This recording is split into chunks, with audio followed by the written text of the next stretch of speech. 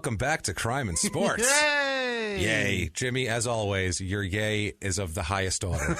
We are so excited. My name is James Pietragallo. I'm here with my co-host. I am Jimmy Whisman. We cannot tell you how excited we are to be here with you this week. It's such a cool week. This is so best. fun. We're having a good time. Yeah. First of all, got to thank everyone for your iTunes reviews this week. That means the world to us, as we've said. If you have not done it yet, get on iTunes. Give us 5 stars. Tell us you're following instructions. Tell us that puppies are fluffy. We do not care. It's the 5 stars we care about, but that would be excessively helpful. So thank you guys for everyone that has done that. It's everything. Everything. It's everything. Exciting show this week. We got to get right into it because we got a lot to cover. And for the first time, for the very first time, we said from the start, we're like, no guests. Right. We don't do guests. We don't need them. A thing that goes on. We got normally, this. We don't need guests. We don't. But today, we actually have a guest because he's that special. He's funny. He's hilarious. We love him to death. His podcast is called Time Suck, and you should really check that out. It's amazing. Also, you should get his album, Don't Wake the Bear. Yeah. Hilarious. Guys, welcome Dan Cummins into the Crime and Sports Studios. Thank you, man. Thank you very much. No, I'm excited to do this, man. I was listening to your guys' podcast before I even started mine. And, Jimmy's been like this wonderful cheerleader the whole time. He's like, no, you gotta do it. You gotta do it. And his passion's contagious, and now I'm in. He does. Some annoying douche that texts Dan in the middle of the night. Jimmy texts everyone in the middle of the night. That's scary. Pictures of his dick or what? Or are we just it's just keeping mostly it dick mild? pics. Mostly dick. That's cool. Some balls. That's what I get too. A lot of taint shots. A lot of It's taint, yeah. really The balls are long, though. disturbing. Taints are special. The taint you got, because it's nice because you have to really get the right perspective to tell what it is. Yep. That's the thing. You're like, is that an Otherwise armpit? What is yeah, that? oh, okay. Oh, it's that's a a taint. I see that. Yeah, there's the trail of the asshole. Perfect. Yep. Trail to the asshole. Right there. All right. There it goes. Asshole trail. Speaking of asshole trails, we have an asshole today to cover, We're boy. going to follow his trail. Wow, we are going to follow the trail of this asshole because he's a special one. He's special, Right. guys. We're going to talk about Trevor Berbick. Oh. Oh. I have no idea who the fuck that is. Oh, my God.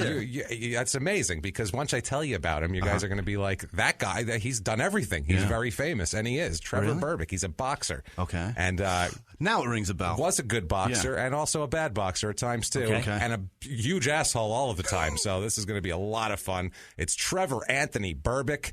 And not a junior, but shocker, there will be a junior in this story if you... I mean, is there ever There's not? always a junior. There's always one somewhere. The craziness started August 1st, 1954 in Norwich, Port Antonio, Jamaica. He's a Jamaican fella here. I don't know much about his early life because I think he's one of these guys that his later life was so crazy that nobody bothered talking about his younger life. I guess nothing as eventful, as insane happened as a young man. So they're like, let's just start when he started getting crazy. We just know he's really fast and likes jerk chicken. That's it. We know that. We're positive about that. Yeah. We're positive. Bobsledding bastard. We are positive that he could turn a shopping cart into a barbecue in 2 seconds and make you up some jerk chicken like you would not believe, man. I'm telling you.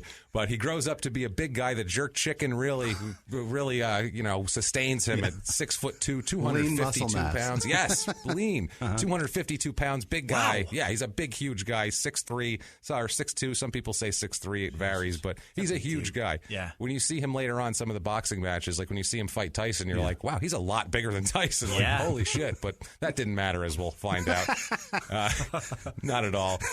He grows up in Jamaica on the island. I don't know why you'd want to leave. That sounds like a nice... Paradise, right? This happens too. Remember James Waite? Yeah. Same thing. Grows up in Barbados. I think I'll move to England. Oh, yeah. Out of your mind? Remember that one. Yeah, like what's Where going did on? Berbick move to? Berbick, this is the other thing, too. Jamaica, of all places. We'll get to where he moves in 1 second, but he represents Jamaica in 1975 in the Pan American Games in Mexico City. So right away, he's like legit, you know. Yeah. And this is after only 11 amateur fights. He's in this deal. So that's not a lot at all. Like, he just jumped right in. Little training. Yeah, they were That's like, you're impressive. big, the island's small, not a lot of people boxing, get on out there. Yeah. We need somebody to represent do. us. You're as big as it gets. You're the guy. That's it, man. He looks good. I mean, he's a big guy. He's got decent skills. He loses to Michael Dokes, who's a future heavyweight champ in the Pan American Games, and he is hilarious looking, this Michael Dokes. Oh, God. Look at picture. He looks like basically somebody roused James Brown in the 70s out of bed in the morning. And he was like, what happened? And his hair's all crazy. Threw boxing gloves on him? That's great. Yeah, and this is his, like, headshot. Like, he looks terrible. It's the funniest First name thing. again? Say it again. Michael Dokes. James, we got to put gloves on you. This isn't a woman you're hitting today. Yeah, come on. Come on, James. Oh, man. So Trevor wins a silver in the Pan American Games. So that's not bad. He's just started and he's second. I don't know who else was fighting in the Pan American Games, but whatever. 1976, it's enough to get him into the Olympics. Holy Damn shit. Olympian. He looks like Shaft. Are you He kidding me? looked well if Shaft was in a lot of humidity, maybe, and just his hair. He looks like Shaft is melting. His That's afro awesome. fell apart. It's very bad. Very bad. Yeah. That's so great. I saw him. I was like, oh my God. Google Michael Dokes and You do really yourself should. a favor. That's awesome. We'll post it on our social media, too, if you're too lazy to do that. But Trevor's only 21 years old in this fighting.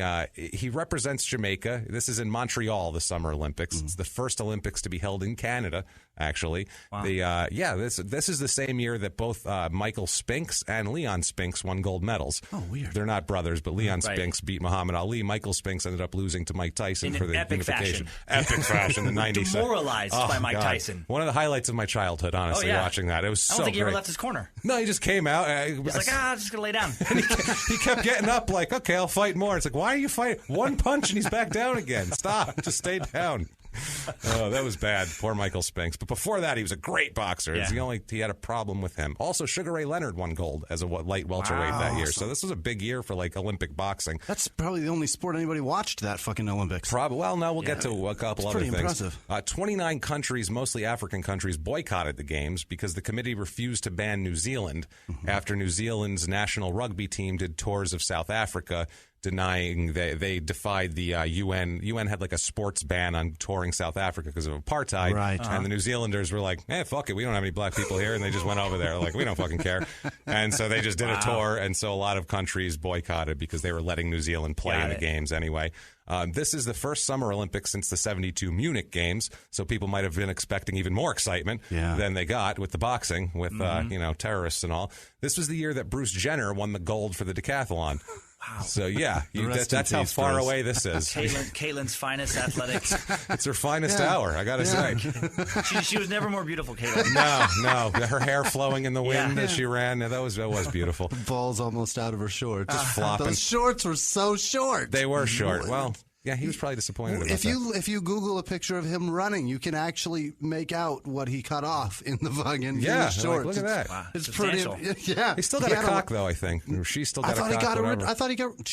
I thought Caitlin got rid of it. This is ridiculous. I think there's a cock dangling, but beyond I don't know how to approach that. Beyond a transgendered person's cock, let's talk about how this was also the year when a Japanese gymnast, Shun Fujimoto, completed the rings. You'll see this highlight all the time. A guy, going off of the rings and flipping and landing and looking like his head's going to explode. He had a broken knee, and that it was a close game, so they said, get the hell out there. And he did it, and he did all that shit on a broken knee. And landed on a broken knee, and you could see it on his face. He's the only thing that's going to hurt is the dismount. So. And it did. It looked like painful as shit. Yeah. Unbelievable. So Trevor is beaten by more experienced and eventually wins a silver medal. He is beaten by a more experienced fighter because he's just not... He's not as skilled as some of these guys are. There's a guy named Mircea Simon of Romania that beats him, and he ends up winning a silver, and Trevor wins shit. So in 76, with all this success under his belt, getting beat up by a Romanian, he leaves Jamaica to fight professionally. Now, you leave paradise. You leave an island, shopping cart, jerk chicken everywhere. Yeah. Where do you go? Where do you go? You figure you want to go somewhere with a similar climate, right? Right. Yeah, similar culture Colombia? also. Yeah, something like that. South America, something? I got an idea. How about Montreal? Perfect. That's perfect. Okay. Warm French. You know how it is there. It's perfect. That's where I would go if I was a large Jamaican man. He clearly hates beaches. That's what it is. He's had enough. I don't like it. Immediately starts pro fighting at that point. He moved to Canada to train, to fight. He goes to Halifax to fight while living in Montreal. Has his first professional fight at the Festival Arena in New Brunswick, Canada, where everything important happens at the Festival Arena in New Brunswick, Canada. It's a 6-round fight versus Wayne Martin, who is what we like to call on Crime and Sports a non-linker. Okay. So if you look on Wikipedia and look up the record, he's just a black name with no, not clickable. Non-linker. Non-linker. So that's all the boxing guys that we can't. Not clickable. Not That's hilarious. clickable. Nobody cares. That. And it takes Trevor till the 5th round to beat him, actually. This is a thing with Trevor a lot. He's not a real big knockout guy. He's not come in and It's crazy at his size. Yeah, he's this big, huge guy, but he's kind of lumbering. It's weird. It's almost like he's too long or something to do it. It's not like a Larry Holmes or a Lennox Lewis where there's a snap to it. He kind of looks lanky. He wins by points a lot. He's punching down, too, a lot, I imagine. He's punching down. He'll talk about weird angles of punches later, too. But yeah, 5th round TKO, so that brings him to 1-0. And that's September 27th. He gets right into it. I mean, now he's like fighting. We always see this in the beginning. They fighting every 2 weeks or some shit. They put him out there constantly. Go get your ass kicked. Now that you've had that ass kicking, 2 weeks later, there's not even a chance to train. No. You're having a couple chicken sandwiches, and you're right back to it. That's it. Get bananas. in there. Yeah, get your jerk chicken and get the fuck back in there, asshole. So November 23rd, 1976, at the Forum in Halifax, Nova Scotia, the Madison Square Garden of Canada, I'm sure, he fights Bobby Halpern, wins by TKO in round 3 there. So, I mean, it takes him to the 3rd round, that sort of thing. Right away, a month and a half later, January 9th, he's fighting in New Glasgow, Nova Scotia. These places he's fighting in, boy, you leave your home to seek the excitement of this Nova Scotia. Every place sounds more frozen than the last one. It is. It's all just going north and north and north. So awful. His 8th fight is literally at the North Pole. It's in Santa Claus's front yard. It's insane. He fights Michael Lucas here, TKO in round 2, so he's 3-0. This is starting to bring him down a little bit in time. He fights 16 days later, he's fighting again at the Metro Center in Halifax, Nova Scotia versus Joe May. 16 days. That's a very quick turnaround for a boxer. You would imagine. You've been hitting the head a few times. You might want to relax for a couple of weeks, but so not fast, this guy.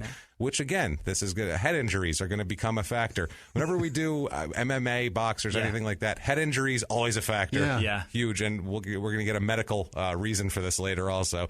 He wins in a 7th round TKO against this tomato can, Joe May. That's what I mean. But he's taken these short in between fights, and he's taking them extra rounds too. That's not great at all. Yeah, so much. Absolutely. Yeah, you can look at a guy's career by rounds a lot. Like, you know, if you look at Mike Tyson, he has 60 fights, but you're like, he's fought the rounds of 21 fights. He's got 73 rounds in those 60 fights. Right. It's not a lot. If you look at Ali, as we'll talk about later, he had fights where the last 8 years of his career, all but 2 of them went the distance. Right. And that was 15 rounds of getting his shit pounded out of his brain. And he's like, wonder why I can't talk. Right. I wonder why. Jesus Christ. Should have thought about that. So rest of 1977, 3 more fights against all non-linkers, Willie Moore, Eddie Owens, and Eugene Green. They sound like made-up guys. Like like it's a boxing movie. That's who Rocky fought, you know? He fought Spider Rico and then this guy, and then Eugene Green. Eugene Green. Eugene Green. Yeah, that's a guy. We'll call him Mean Green. That's perfect. Joe Green. It's fine. Get him out there. All these fights are in Halifax. So he's living the dream. None of them are very impressive. 4th round KO, 5th round TKO, and a 10-round unanimous decision versus old Eugene Green, the Hollywood star that he is. A record 7-0, but not real impressive here. June 28th, he fights a guy named Horst Giesler, which... Jesus, a Canadian non-linker as if one ever existed. Has a 1st round KO. Nice. There we go, Trevor. How bad must have this guy have been? Horst. Glass Joe from Punch-Out. They just stuck him out there. A minute 21 into the fight. So this is like Trevor's first.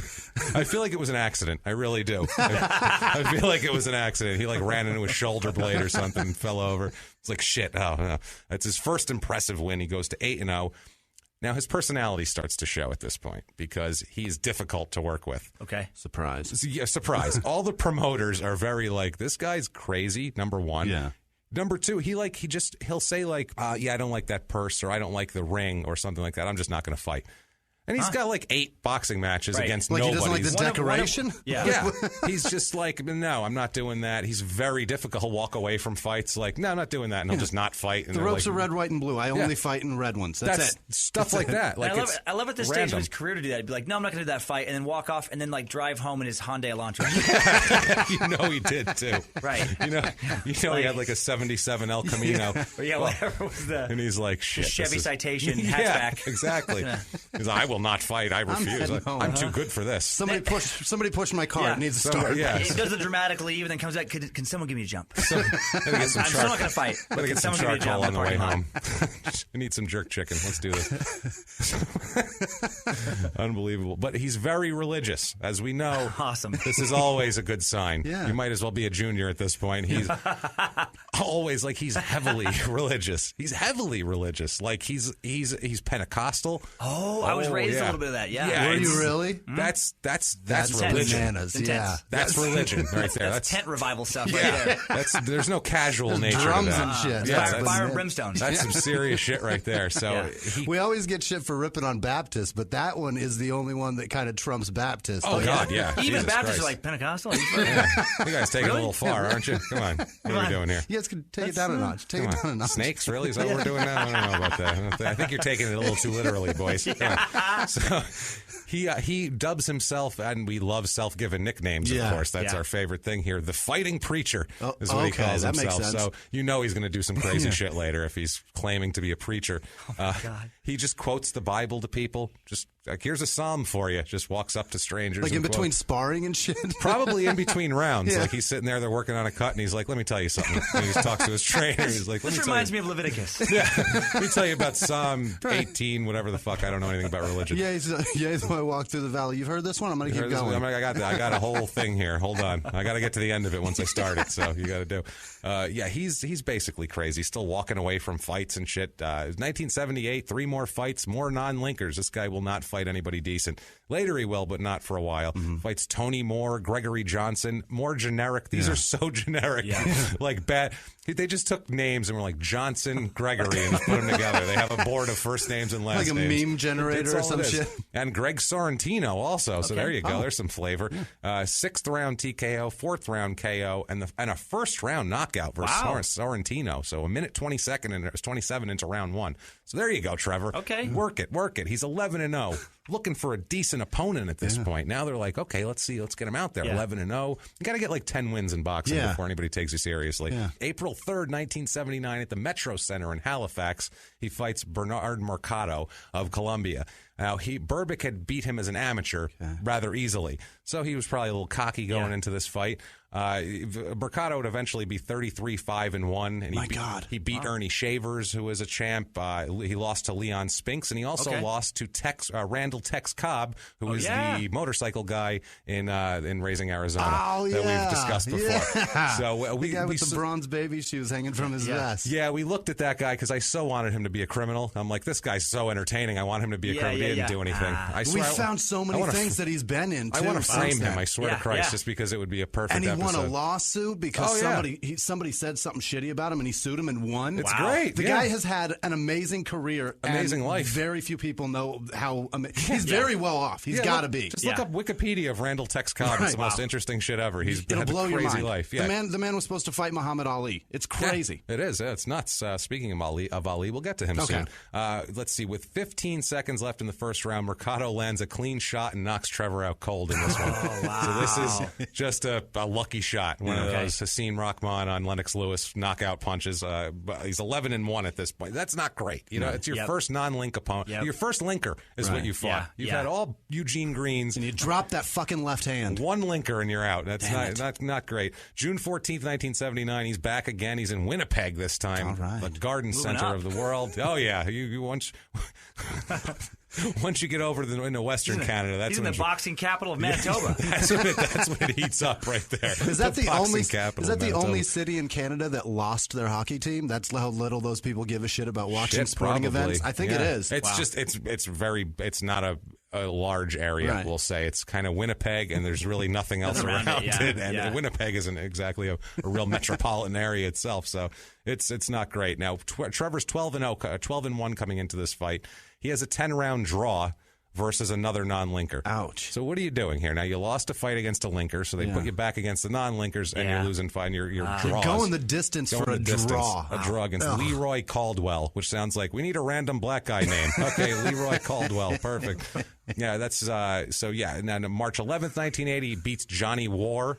which is a great fucking name. Johnny War, like W-A-R? R, 2 R's. Oh, that's still kick-ass. Mr. War. Mr. War. That's a great boxing name. It's so tough I put two R's on it. He's a non-linker, though, so his name is the toughest thing about him. Wow. 80-81 for the rest of that. Pads his record for the next 4 fights as a first-round knockout in a couple of the fights.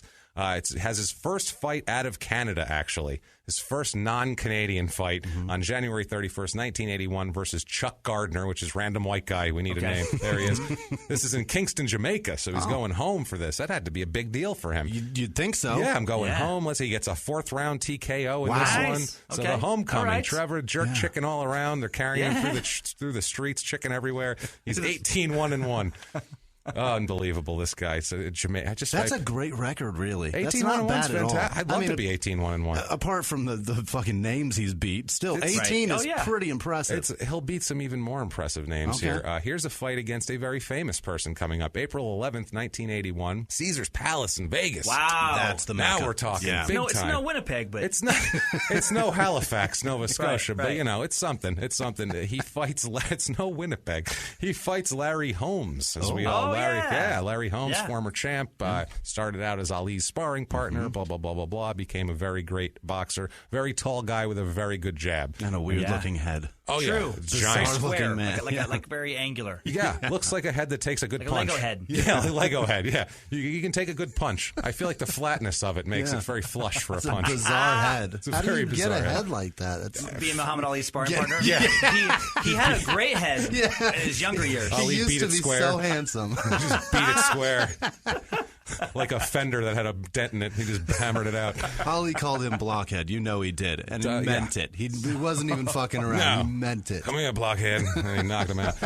So this fight here is for the WBC and the Ring heavyweight titles. Holmes was in his career was 69-6. Started in 73 and had his last bout in 2002. Holmes was? Yeah, Holmes boxed forever. Holy shit. Forever. There's no way he can speak anymore. No way. He drools when he smiles. Tyson when he was like 40 or something. Yeah, that's what I mean. And then he kept fighting for another 15 years after that. Holmes lost to Tyson, lost to Holyfield. He beat Muhammad Ali. Trevor loses a unanimous decision in 15 rounds to Holmes, and it wasn't even close. Larry's not a big knockout guy. He'll just jab the shit out of you for 15 rounds. And at that point, he's just toying around just to keep from getting knocked out. He's just batting you around and keeping the points up. He beat Berbick's ass, basically. Yeah, wow. He thoroughly, soundly thumped him here. Berbick goes to 18-2-1. Now he has a tune-up fight coming up here. July 21st, 1981. It's a second-round knockout against a guy named Conroy Nelson. This wins him the Canada Heavyweight Championship and the vacant Commonwealth title. The most prestigious titles in sports, I would say.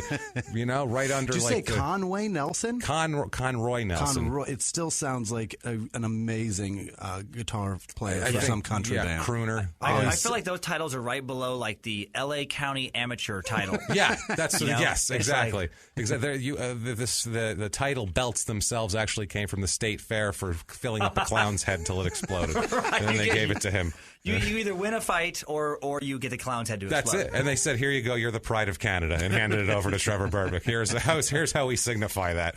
Now, December 11th, 1981. This is the big one, guys. This is the big one at the Queen Elizabeth Sports Center in Nassau, Bahamas. Yeah. We'll find out why it's there in a moment, because they wanted to have it in a bigger venue, but it wasn't allowed to be held in a bigger venue because he's fighting Muhammad Ali in this fight. He actually fought Muhammad Ali. This fight, because every Ali fight had to have a rhyming name, is called The Drama in Bahama. Okay. Which, fine. You want to name something? Decent. Name something. Ali Don King came up with that? I'm sure he did. Yeah. Actually, Don King did not promote this. We'll find out who promoted it, because it's very interesting, because he is also a criminal. All right. Worse than Don King, maybe, if that's possible. Ali was coming off a loss last year to Larry Holmes. Holmes famously, this was the fight where Ali... this is the end of Ali's career against Holmes, second to last fight, and he was not in good shape. And Holmes was brought up by Ali as a sparring partner. This is the one famously where Holmes pulled punches and wouldn't hit him hard. Really? He was, because Ali wouldn't go down. You can't knock Ali out, and he just felt bad hitting him because he couldn't defend himself, and he was just taking punches. And he's like, I'm not going to stand here. And so that's he would like his brother. Yeah, he would just kind of hug him a little and just jab a little, and you could tell he didn't want to hit him. It was really kind of weird, but you said famously, and I didn't even know that. I feel so stupid right now. Well, if you're a big boxing fan, I'm going to have to watch that fight just to feel sad for myself You now, should. too. You will. You'll feel bad. Jimmy, you know what? I want you to feel bad about yourself. Everybody, tweet at Jimmy, at Whisman Sucks, and tell him that he's very, very pathetic for not knowing specific facts about a fight from December 11th, 1981. Jimmy, you're a real piece of shit, buddy. I was 11 months old. I should know that. I'm turning stuff. your mic off. I'm turning your mic off for the next 3 minutes. I'm sorry. It's a penalty. You can't. You're out.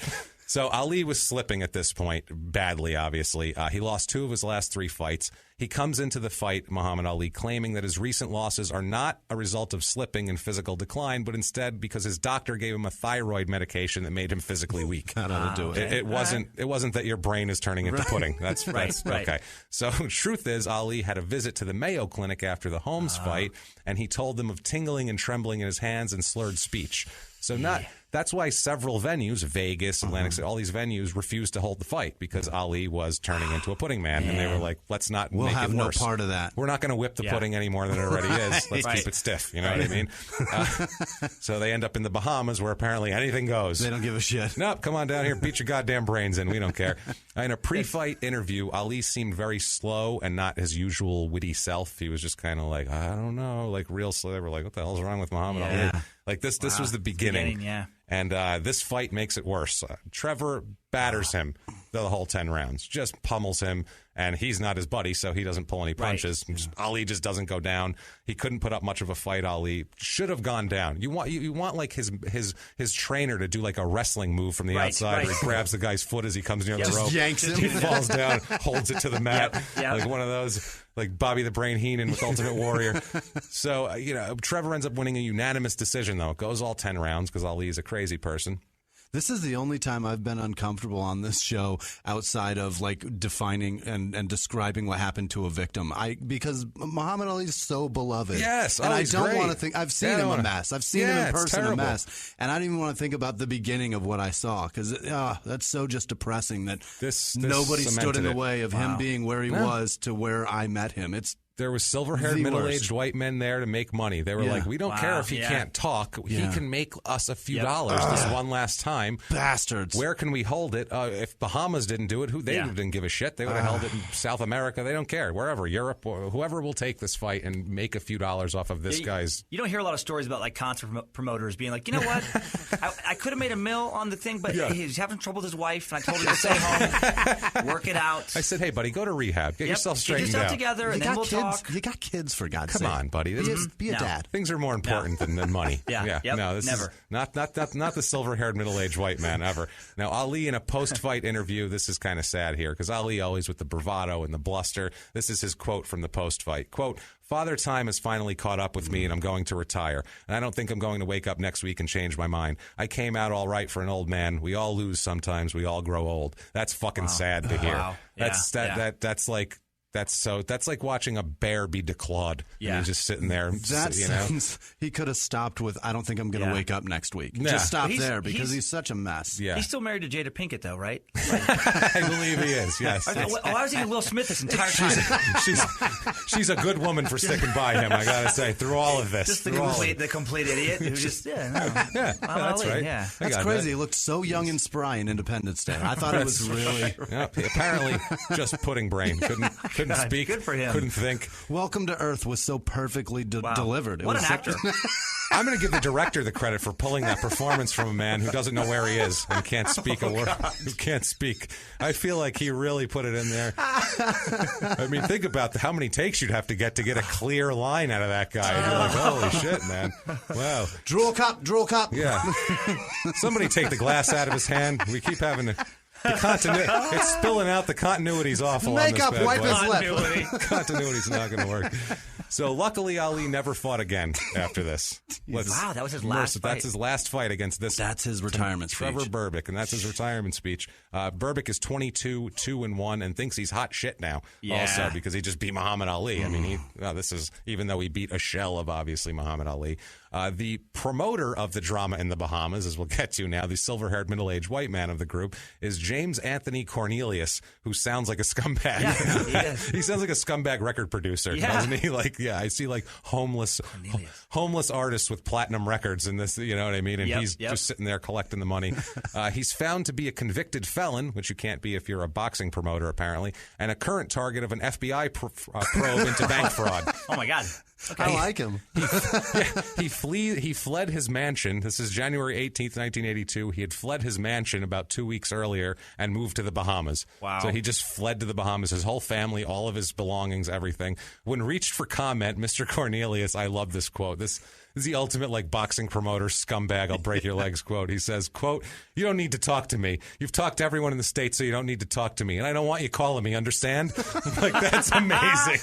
I don't want you calling me, understand? And he hangs it up. So gangster. Oh, that's amazing, man. Anybody that ends a conversation with understand means fucking business. Understand? You do what they say. The fact that most people just no comment, he wanted to talk to them to tell them that he's not going to talk to them. Like, right. Listen, asshole, you're going to know this. Now, 1982, things are at the top of their game. Everything's great for Trevor. He needs to get married, obviously, right? That's the way. Things are going really bad or really well. Get married, obviously. That's crime and sports rule number 8. Yeah, that's it right there. He marries a woman named Nadine. They will eventually have 4 children together over the next 8 years. Lucky her, having kids with this fucking guy. Next 3 fights, June 82 to May 83, all against linked opponents. Oh, okay. Actually, this time. Greg Page, who ended up being 58-17-1 at the Caesars at Caesars. Wow. He fights in the Sands, Atlantic City. Wow. He fights S.T. Gordon at the Showboat in Vegas. So now these are real fights. Now he's a guy, he beat Ali. He wins those. He beats Greg Page in a unanimous decision, which isn't exactly the most riveting thing off of an Ali fight, and then loses to Snipes and to Gordon. Unanimous decisions in both. So now he's 22-4-1. That should wake him up a little bit, right? Coming off the Muhammad Ali fight and acting like you're big shit, and then you win unanimous, and then you lose 2. Like, that kind of lets you know that he has a habit his whole career of fighting up and down to opponents. If he has, he beats guys he shouldn't beat sometimes, and then he loses to guys he should kick the shit out of it. I don't know. Usually we find this a lot with these kind of mentally wacky, unstable guys. They don't have a consistency to what they're doing. I don't know if it's that's not a symptom of consistent training and singular focus. No, exactly. That's it. I think that's the problem here. He's the Miami Dolphins of boxing. That's what he is. That's a good point. He plays up to, like, the Dolphins will beat the fuck out of the Patriots, and then they'll go and lose to the Jets the next week. It's like, what are you doing? That's exactly what he is. Trevor Berbick. Oh, that's a sad comparison. He's the Miami Sorry, Dolphins fans. Canadian boxing. Canadian boxing. So you can the pride of Manitoba. It's his sister city is Miami Dolphins there. So November 8th, 1982, a son is born for Trevor. He's got a son now. Oh, boy. What do you think he names his son, guys? Come on. Yeah, it's a junior, right? Trevor Anthony Berbick Jr. He's got to have a junior. He has to. He's like, I'm planning on fucking up badly in just a short amount of time. I have got to have a junior on my record. I cannot not do it. September 83 to June 85, he wins his next 6 fights. So that's good. All against questionable opponents. They're all tomato cans. 2 of them went the distance, so he's still not looking that impressive.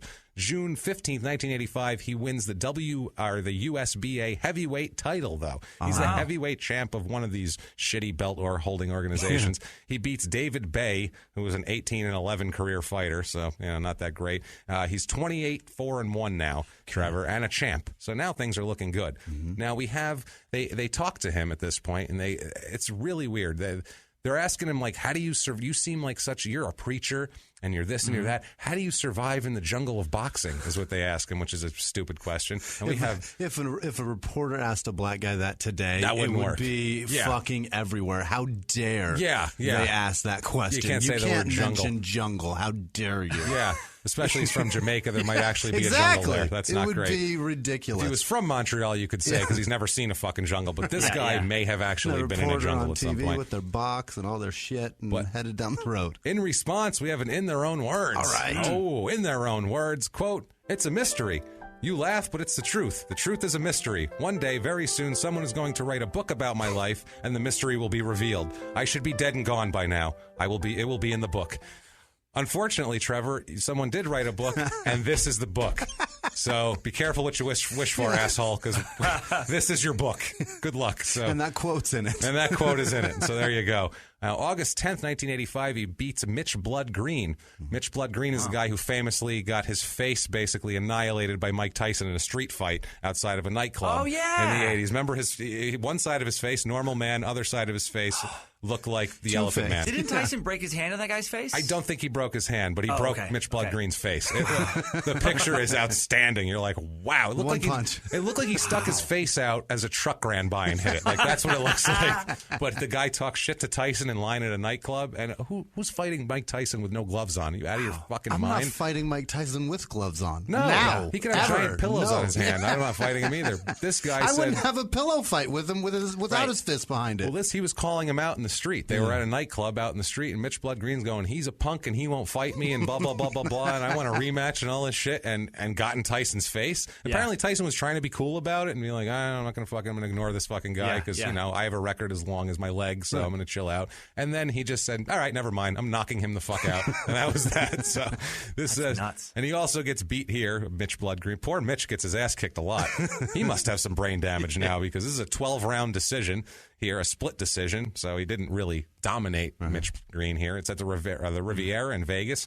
29-4-1 for Trevor. Now, 1985, Trevor gets some excitement. All right. A little bit of excitement. He's divorce? No. I don't know how he didn't get divorced after this happened, but 1985 in Halifax, he is charged with sexually assaulting a 15-year-old girl. Oh, my God. In her home in Halifax. In her home? What was he doing there? I don't know. All I can think, because... Offering to help babysit or something? I am going to go out on a limb for something that comes up later, that this is a babysitter. I have a feeling it's a babysitter. Okay. There's not a lot of details on this because it's 32 years ago in Halifax, so I don't know. The media coverage maybe wasn't that great or whatever, but it's very sparsely covered. Like, this is, you got to get deep to even find this existed. It's really, really hardcore, but we'll find out the conclusion to that. But he was arrested. He's arrested for sexual assault of a 15-year-old, and it's going to go to trial and everything. It's pretty interesting. But that doesn't stop him from fighting again on March 22nd, 1986, at the Riviera. He fights Pinklin Thomas, who's actually a pretty damn good fighter. He's 43-7-1 for his career. This is for the WBC title. Okay. This is like the main boxing title here for heavyweight champ. Trevor wins a 12-round unanimous decision, of course. So he's good at pointing people, apparently. Very Olympic style. And now he's the champ. 31-4-1. He's the champ, That's man. Incredible. And he's still married, right? He's still married. So she was like, yeah, it's okay. It's all right, champ. Yeah, that's okay. Well, he was denying it. And they were like, that's all right. She's 15. I'm sure she's a liar. I'm sure she doesn't, when a dick comes out, she wouldn't know, I'm sure. So it's fine. That's all it is. And now she's telling everybody she was raped by the champ. Yes, exactly. Well, now she can. That's her new thing now. Jesus. Yeah. No, the champ raped me. Yeah, yes, the champ. There's a belt on that guy now. She gets to say that instead of Berbick. Berbick doesn't sound. It's not as prestigious. Well, yeah, you can point him out and be like, he's the asshole, the guy with the belt. Yeah, it works better. So what happens here? Mike Tyson. This is we're coming into. This is when Mike Tyson, 86, is becoming the phenom. Yeah. This is if you look on Mike Tyson knockouts on YouTube and you can watch 21 of them in like 4 minutes. I've seen that video. Because and those are complete fights with intros and everything, and he just comes out and knocks a guy out in one punch. This is that time period. This is when he was really he was the next thing, and he was all set up to take over the crown. But to take the crown, he'd have to knock it off Mr. Berbick's head here. Okay. So they are scheduled to fight. Berbick is confident. They're going to fight in November of 86. He's confident. He says people don't know much about him, Berbick's saying. He's like, hey, people don't really know what I do, which I don't know why they don't know what he do. He fought Muhammad Ali. Probably everybody saw that. But anyway, his trainer, Angelo Dundee, famous boxing trainer, he said, quote, this guy Tyson won't know what to do with Berbick because he won't know what he's doing himself. So basically he's like, Berbick doesn't even have a fight. He doesn't know what the fuck he's doing out there. So Tyson will have a problem with that. That sounds overconfident. Berbick switched trainers here to Dundee before the fight after having a financial dispute with Eddie Futch, who was his first. That's a terrible last name too. Futch. Are you fucking kidding me? Yeah. That sounds like a euphemism for fuck. Right. I futched her good, man, when you can't say it on TV. Berbick looks past Tyson at this fight. He's not even talking about him. He says he's going to straighten out Michael Spinks down the road. Wow. That's what he says. I'm thinking about Spinks because Spinks was the other champ, and he was talking about unifying later on, which Mike Tyson ended up doing after in the quick fight there, 91 seconds or whatever. You don't overlook Tyson, though. No. You don't do that. Yeah, he just didn't know that yet, huh? Yeah, he didn't really get that. This is pre-YouTube. This is he didn't have those videos. He wasn't able to watch a video and be like, oh, shit. Oh, wow, that's not going to work at all. Oh, God. We have an in their own words about Tyson here. Also, let's see what he said something about Tyson? Beforehand, about the Tyson fight. He says, in their own words, quote, from what I know about fighting, the small part I know, I noticed that he knocked knocks guys out. He gets the job done. I'm looking to take him out by round 7. I'm going to take him to school. I'm very relaxed about this fight. This is the best thing that's ever happened to me. I love breaking those bubbles that have never been busted. I'm going to give him a good whipping, then knock him out. Oh, boy. So, yeah, that was probably a dumb thing to say. You want to piss this animal off on top of it. He definitely didn't do any of that. Not one thing. No. If you watch this fight, Jamaica versus Brooklyn didn't work out. No. Halifax, Brooklyn showdown here. November jerk chicken versus just sewer rat. Right. Jerk chicken versus Coney Island hot dog. Let's do this shit. It's on. The dirty water dog wins every time. Over a shopping cart barbecue jerk chicken. Yeah. Oh my God. Those are the. Oh man, that's great. November 22nd, 1986 is the big night. It is at the Hilton in Vegas. Wow. You can't get any bigger than this. It was on HBO. This is versus Tyson. Obviously, this was championship fight. Right? Championship fight. This is huge. Tyson's shot. This is everybody's like. This is this kid that we've all heard about. Wow. Everyone's excited about. Tyson's 27-0 coming into the fight with 25 knockouts, most of them very quickly. Yeah. And they're like, But then at the beginning of the fight, everybody's looking at the tail of the tape going, he's 6'3". That's the thing. He's 5'9". How's this even going to be a fight? He had a 6-inch reach advantage on Tyson, too. I mean, like that, it was very Tyson's It's not even close, you guys. Stop even giving Tyson a chance. Some people were picking Berbick, actually. Of course. I bet. Odds dropped for Tyson the day before. The day before, Tyson was only a 3-1 favorite. Mm-hmm. So that's pretty close, actually, compared to it was like 8-1 a couple weeks before that. This is Tyson's shot to become the youngest heavyweight champ ever, beating Floyd Patterson's record. Tyson is fined $5,000 for wearing black trunks in this one. Because Berbick was wearing black trunks, and the champ gets to pick what color, and you have to wear a different color. And Tyson said, "Go fuck yourself." Ah, that's great. Here, he made like $1.5 million. He's like, I want $5,000's fine. You can wear your trunks that I want to wear. Oh yeah. I did my black trunks. That's a good Tyson, actually. That's not bad at all. I like that. Tyson, when the fight starts, he looks like he's ready to kill. Well, yeah, because that guy just cost him $5,000 is what Tyson is thinking. Because Tyson's a crazy person. Well, he is focused. You can tell his eyes don't move. He's locked on Berbick. He's walking back and forth, looking like he wants to kill Berbick. Looking like he's like trying to figure out what's like. He just walked into a club he's never been to before, and he's like, "Where's the bathroom? I can't find it." Like he's looking around. Do I get a drink over there? Do I order it here? Yeah. He doesn't know what the fuck to do. Basically, it looks like. Berbick is jumping back from punches. Like he'll come in and punch and then jump away. Like when you're scared of something, like you were swatting at a bee, swat it and then jump back. Like, hey, I hope it doesn't sting me. Poking a snake with a stick. Exactly. Tyson's all aggression. He's just forward. God, I love watching him. He was the best to watch in that era. Oh my God, so fun. So it's the best thing to watch, and his step punch is incredible because you can see the power go like in video games when you press the power meter and watch it go up. That's where you can see the punch coming when that you can watch the power. Yeah, the muscle coming from his legs. The muscle flex delivery is so incredible. Wow, it is so tough. Yeah, Frank Jimmy sounds like he's turned on by Mike's muscle flex delivery. I am Mike Piazza. He's like, man, enjoying that body. Yeah, you are. You're like, look at you, Otis. Look at that booty. Jimmy's pants are so tight right now. They are. Just the crotch. Glistening over there. I like it. So, Trevor's throwing wild punches. He's trying to throw flurries. He's trying to be like, I'll stand here. I'm not afraid of you. But he's like throwing flurries and kind of looking goofy. Yeah. You see this a lot in Tyson fights. The guys don't look their normal selves. They look a little off and a little jerky. His rhythm was so different. His rhythm's different. He's shorter, and his punches are so... Usually it's like, well, if I see a punch coming, I can take it. Yeah. But with him, it's like, still might not be able to take it, even if I know it's coming. His punch was so short. Yeah, that's the thing. So quick, powerful. Short, Joe Frazier left hook, which we're going to find out about in 1 second. Like that 3-inch punch from Bruce Lee. That quick punch. It's just like that. That's Tyson's hook. So powerful. He barely survives the first round, Berbick, and he's getting pummeled. When they go to the corners, in between, Berbick looks like it's round 11. He's like, oh, Jesus, they're working on his eyes. They're rubbing shit on him. Tyson's just sitting there calm, like he's ready to smoke a cigarette and hang out and talk to some girl in the front row and smack Robin Gibbons. Who knows? So round 2. Round 2, Tyson comes out swinging. He is not fucking around at this point. He's like, I'm pissed this thing went past the first round. I'm kicking this guy's ass. He knocks the shit out of Berbick in the second round. He knocks him down. Berbick pops back up like, oh, it's cool. I'm all right. And then they're in close, and Tyson hits him with this left hook that you need a replay to see, basically, because it's so fucking fast. It looks like he just kind of rubbed his quickly just like rubbed his glove on Berbick's face, and Berbick, there's like a 1.5-second delay, and then Berbick just hits the ground. It's one of those where it took a second, and then he's just out. Yeah. He's like, what was that? He actually had to register what happened for his body to be like, we need to shut down. Yeah, we need to lay down. He takes this little hook, and then it's just boom, tree trunk falling down, and then he tries to get up, and it's like, baby deer. Like his face looks like, I'm getting up, but his legs are, he gets Spaghetti up and legs. falls back down. Yes. It's one of those where he can't get up, he gets up, and the ref's like, no, pal, this is over with. We don't want to, be happy I'm calling this thing. You're going to get killed. Save your energy. You're going to need it to deliver the belt to that man. Absolutely. So they call it, it's a TKO at 2 minutes and 35 seconds in round 2. TKO. So now Tyson's the champ, and Berbick is the guy who got the shit knocked out of him by Tyson.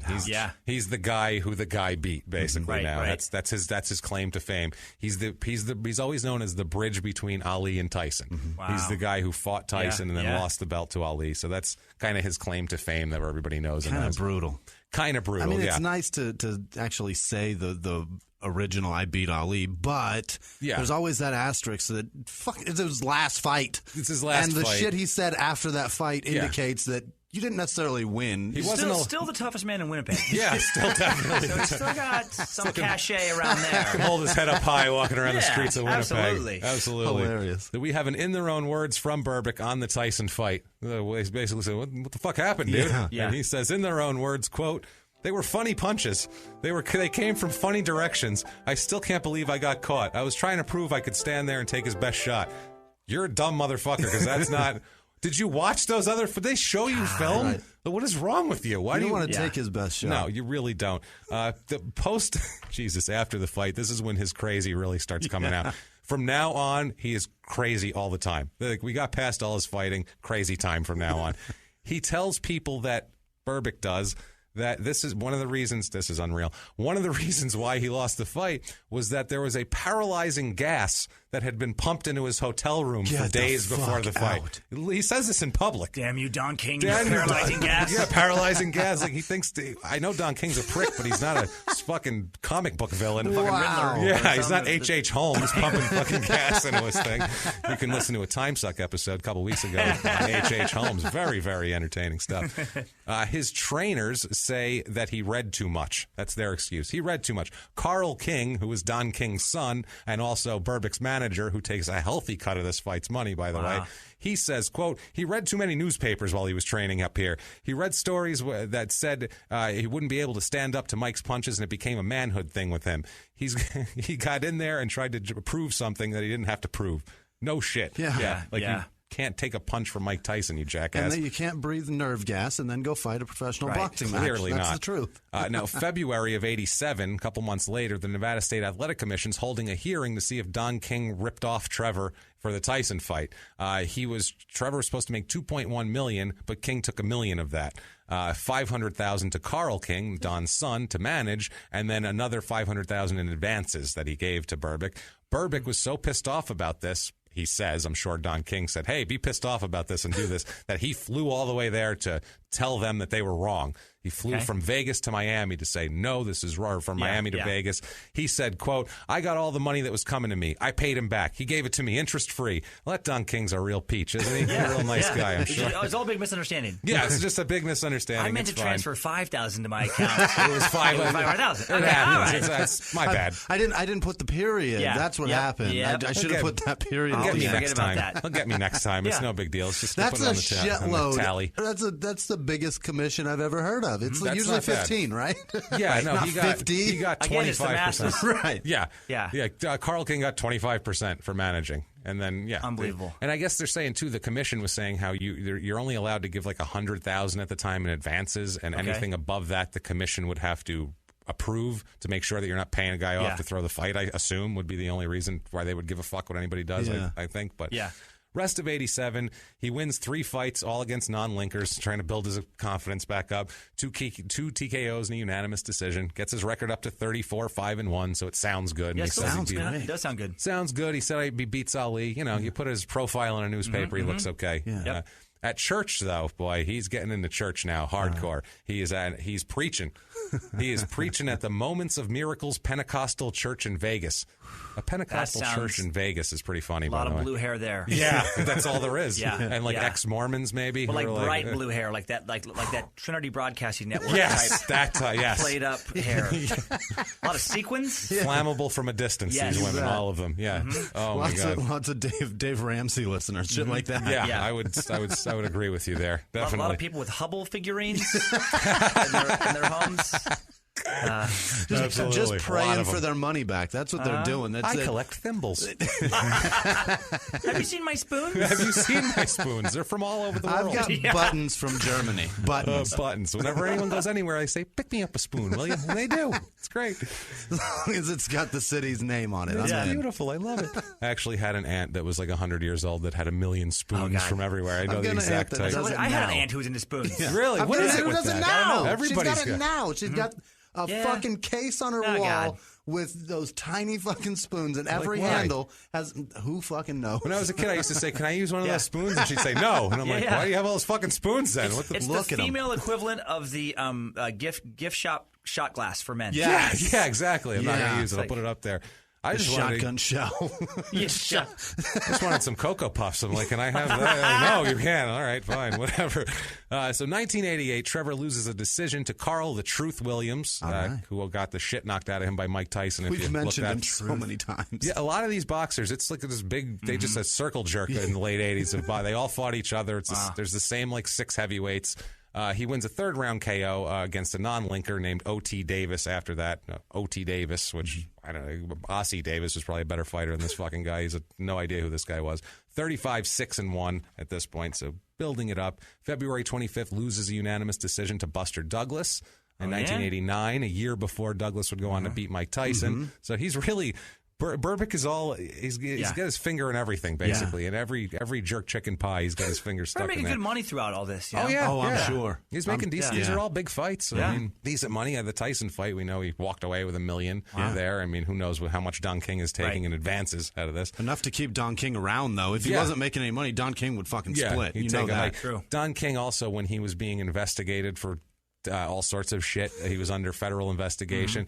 He said Berbick would show up at his door every day in Vegas. He'd come and knock on his door with his Bible and his cross in his hand and start quoting Bible verses to Don King. I picture him like interspersing Bible verses with like, "Where's my fucking money?" Yeah, and then like Corinthians 14:3, and the Lord said, "Where's my fucking money?" You know, just constantly. Lord said, "You owe me $500,000, motherfucker." I mean, love your brother. Awful, man. So May 5th, 1989, the Halifax sexual assault comes to a head here. Oh, yeah. I wondered what was going on. They're in court. They have a trial. Trevor is found not guilty of sexually assaulting the now 19-year-old girl in 1985. The judge in the case said there was way too many inconsistencies in the 19-year-old's testimony and that he didn't think she was a credible witness. What an asshole. Yeah, the judge. I mean, I get it. Inconsistencies, that kind of fucks things up. But she was 15. What do you expect? Do you expect her to know every fucking detail and be able to spit that out at will when the champion of boxing raped you? Devil's advocate. She could have been a gold digger. She could have been. She's this guy going up for real. You know. Was her last name King? Do we have that? You know what it's like for a girl growing up in Halifax. You know what I mean? You see the glitz and the glamour, and you just you know how it is. Trailer Park Boys? Yeah, exactly. I think that's supposed to be set in Halifax. That would make a lot of sense. Yeah, so, you know, it was her ticket. This girl was from the neighborhood, maybe. Oh, we're so her ticket to Winnipeg. Her ticket to the big time. Yeah, ticket out to Manitoba, baby. Oh my God, unreal, man. So this poor girl.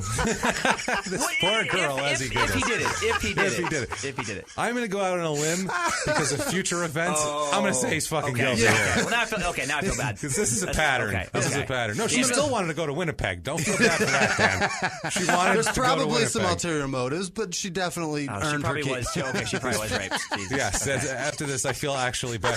Imagine that, too. You went through this for 4 years, and now you're told to go fuck yourself. It hurts. Now it hurts. Trevor says he's relieved about the case, but he's mad because it robbed him of his concentration and cost him millions of dollars for fights. Yeah. Has he been not fighting because of this? No, he's been fighting. We've been going over all these fights. He's full of shit. There's plenty of fights, sir. Yeah, 1990, Trevor and Nadine separate his wife here, and they're not going to get back together, and they're going to have some rocky times. 1990, in July and December, he beats 2 non-linkers, so who gives a shit? 37-7-1 is his record. 1990, still, he moves down to Florida, and this is when shit gets interesting, boy. This is when he's really... Florida, something in the water down there. Florida and Arizona. I don't understand it. Half of our crimes take place in Florida and Arizona. I know it's because a lot of retired athletes move there. Oh, yeah. And that's why they're there. But, I mean, they're attracted to it for some reason. I don't know. I like to call Arizona West Florida. It's very similar. Florida West. We just haven't fucked up an election yet. Give us time. Give us time. We will. Yeah. we just vote the same way every time over here anyway. So. Give us time. He finds another woman to marry, though, because got to get right back on the horse. Wow. Things are starting to go a little slippery for you. You got to be married. You find a new woman to marry. Has 3 more children with this woman. He has 7 kids. 7 kids. Oh, my God. 7. He is awfully... oh, my God. Yeah, he's that into sounds it. horrible. Yeah, that does sound horrible. 7 kids, an ex-wife, a new wife. You live in Florida. It's very sticky. There's bugs everywhere. You're dreaming of Winnipeg. It's a bad time for us. I just picture him sitting in a basement watching the Ali fight on like VHS. over and over again. Just to, have a cocktail and be like, that was great. He's got a tape of the Tyson fight, but it's never been touched. There's cobwebs on it. It's like, I don't want to see that. That was painful. Boy, that was a great fight. Yeah. Here's when it unravels. Showing each child as they're coming up, too. Look at that, yeah. This one's too old. It recognizes that I'm a piece of shit. Let's fucking have another one because I got to show, I got to be an influence on somebody. He unravels so badly right now that it's like it has to be Florida. Like everywhere else he was semi-fine except for Halifax with a 15-year-old girl. But here, this gets bad. Now, March of 1990, Trevor tracks down a man that he believes is having an affair with his now ex-wife, and he called it having an affair. That's it's your not ex-wife. an affair. That's just a guy she's seeing because you guys got a divorce because you fucked 15-year-olds. And you've got a new wife. Why are you worried about what she's doing? That's not fair anymore. Trevor tracks this guy down, beats him pretty unmercifully because, I mean, even he's better than a this guy's worse than a non-link fighter. You know what I mean? This is some regular guy. He's not going to stand up to. This is somebody he can knock out. Oh, yeah, he can actually get a first-round KO on this guy. It's not going to go the distance. He beats him and holds a knife to his throat, trying to get him to admit to having an affair with his wife. This does not go over well with the police, who charge him with aggravated assault, obviously, because he's a psychopath. So there you go. November 7th, 1990, Trevor is arrested in Florida again. Wow. This time, holy shit, this is insane. He drags a friend of his ex-wife out of her job at gunpoint. What? She works at a bank in Pembroke Pines. He goes into her job at the bank and drags her out at gunpoint. That's insane. He's really accelerated his crimes. This is nuts, man. You go from sexual assault of a minor to beating the shit out of a man, holding a knife to him, and then dragging someone out a bank with a weapon. You don't do that shit. Number one. That's federal charges already. And now you're dragging a woman out, holding her at gunpoint, and demanding that she tell you where your ex-wife has moved because she won't give you her new address. So because she's obviously afraid of you because you're a nutcase who holds knives to people's throats and does shit like this. It's your ex-wife. Why do you care? Unbelievable. I don't understand. He's clearly got some control issues, I feel like, this guy here. So he does all this. He's charged with false imprisonment, aggravated assault, and possession of a firearm and commission of a felony for this one. So that's not a good list of charges. You don't want to really be on that list, I don't think. 1991... What the fuck is he thinking here? I don't know why. This must have been a payday. I don't know what he's thinking, but he goes to Japan for what he thinks is a wrestling match. He thinks he's going to work a fake wrestling match. Remember like Ali and Inoki in the 70s? They did a big thing. Muhammad Ali fought Antonio Inoki, who's the godfather of Japanese wrestling there. And they fought in like it was a boxer versus wrestler match. And it was one of the first big closed circuit things. Like they did satellites to it, and they were kind of working on that. And basically... Inoki lied on his back the entire time, kicking at Ali's legs. And it was the most boring thing ever, and Ali ended up getting blood clots in his legs because of it. He got kicked repeatedly in the legs, He ended up with blood clots in his legs. It was a nightmare. And it was the most boring thing ever, too. It was, like, not a good fight. But now, the 91, he thinks he's going over for, like, he's going to be a wrestler, basically. Like, they're going to do a boxer versus wrestling thing, and it's going to be a work thing. And he thought that he had the whole plan. And he knew it was going on. He's fighting a guy named I'm sorry if I butcher this. If people know who he is, I don't give a shit because he's not really that important in our story. But Nobuhiko Takada. Takada starts kicking his legs right away. Starts going after Trevor's legs. It's Takada. I wanted to say it. Damn it. Shit.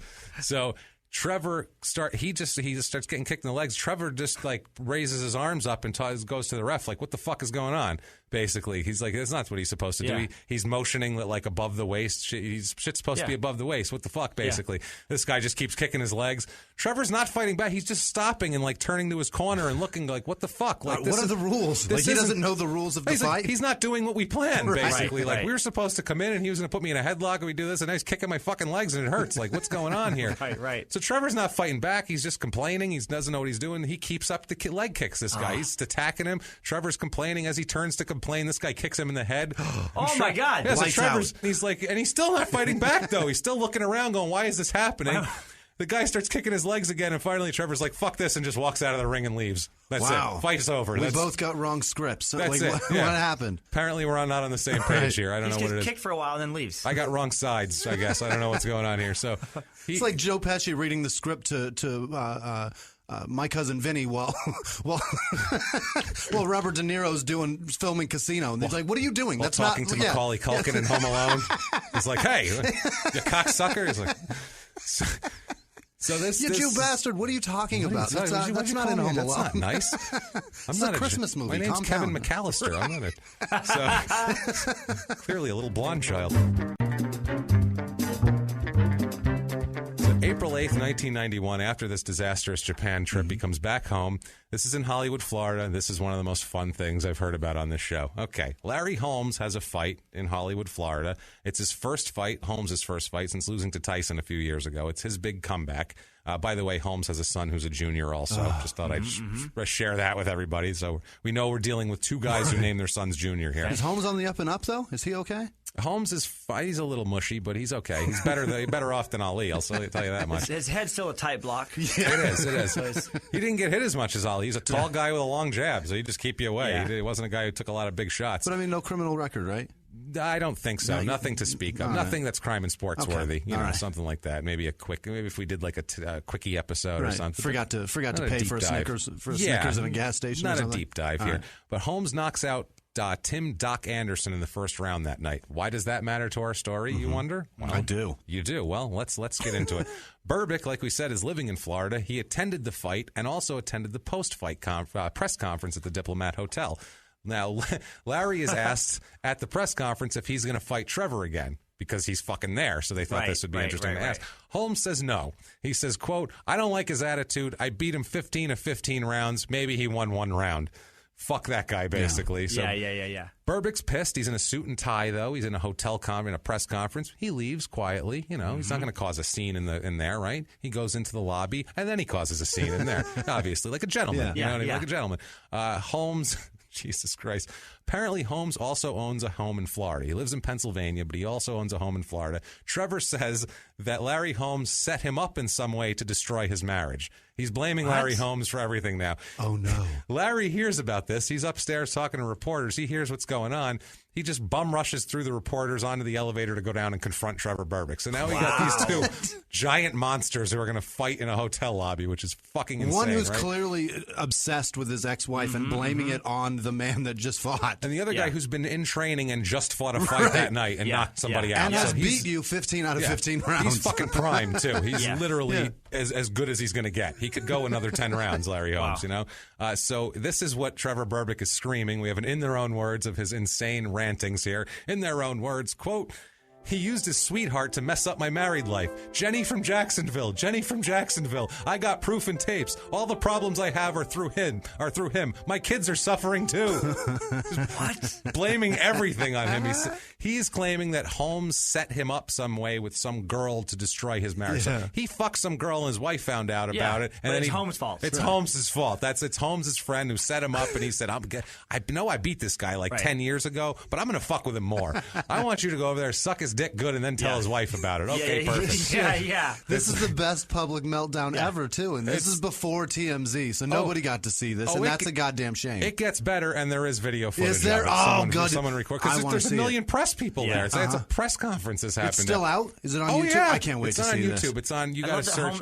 I love the Holmes have nothing better to do. The guy's just some random dude he beats, one of many. Yeah. But he's going to focus like, how do I ruin that guy's life further? Yeah. How do I further humiliate him? Maybe he was the one who put the paralyzing gas in his hotel room. Yeah. I can see my that. God, Larry Holmes, you son of a bitch. This blockhead crawling through the AC vents. I know it. I could like see a it. Scooby-Doo episode. Yeah, absolutely. I'm going to get him. His blockhead wouldn't fit in those vents. My head fits perfectly through that. You've seen a square peg in a square hole. That's what he's doing. Trevor rips his wife's head off, and it's Larry Holmes' head.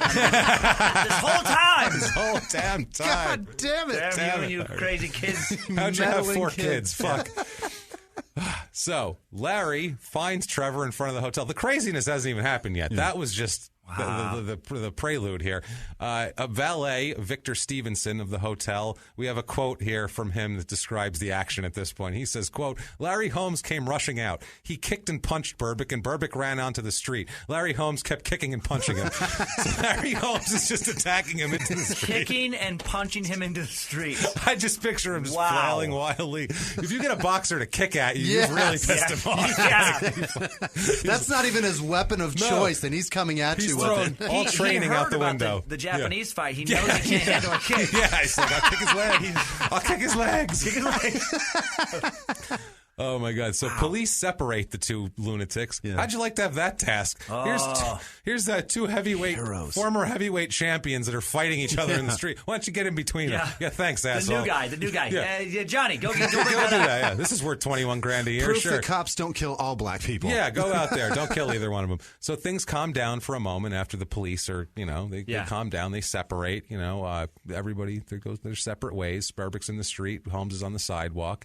And then out of nowhere, Holmes jumps up on a parked car and runs across 2 other parked cars and leaps onto Trevor Berbick off of the top of a car like a Superfly Snuka Splash. Fucking Spider-Man. Like a fucking lunatic. Awesome.